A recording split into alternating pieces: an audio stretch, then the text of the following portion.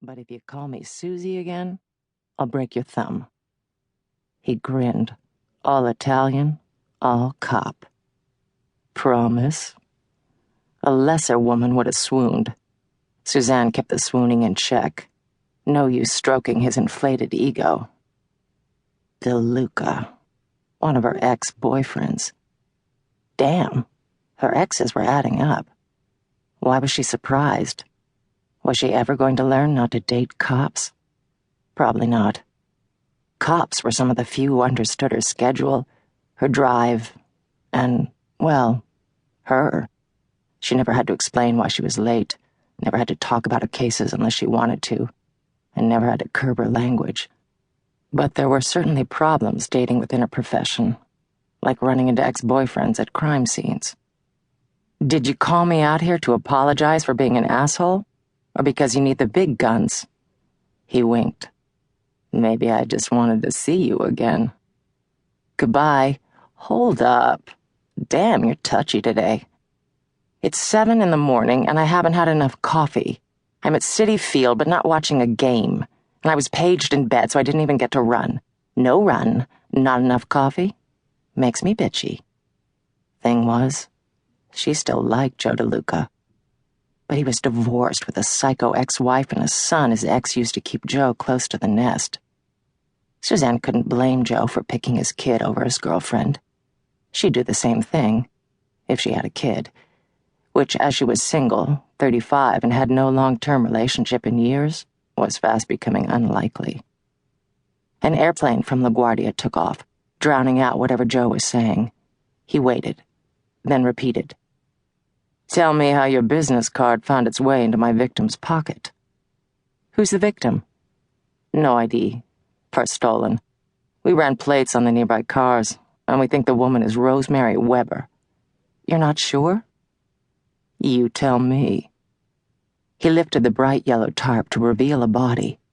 By the extensive pool of drying blood, she was killed right here. "It's her. What happened?"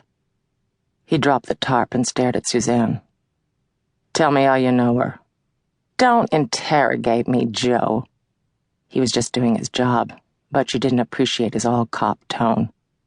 "I knew her because she's writing a damn book on the psycho killer who suffocated 4 teenage prostitutes between October of last year and February, when SWAT saved the taxpayers the cost of a trial. I worked the case with Vic Panetta." "Cinderella Strangler?" She rolled her eyes. "I hate that name. The killer suffocated the victims, took one of their shoes, and the press's label on the case stuck." "Did you meet with Weber?" "Twice, because my boss made me. The first time was brief because I was called out to a scene.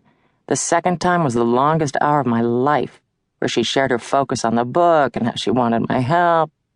I told her I needed approval from national headquarters before I said one word about the case. Then I pleaded with my boss to deny her request. I have no idea where it is in the process." Her explanation appeased DeLuca, and he said, "She was stabbed once, below the sternum, bled out fast, according to the coroner's preliminary exam. He's getting ready to transport the body, but I wanted you to see the layout first." He motioned to a uniform near the coroner's van and made a circular motion with his hands to wrap it up, releasing the body to the coroner. He stepped away, and Suzanne followed.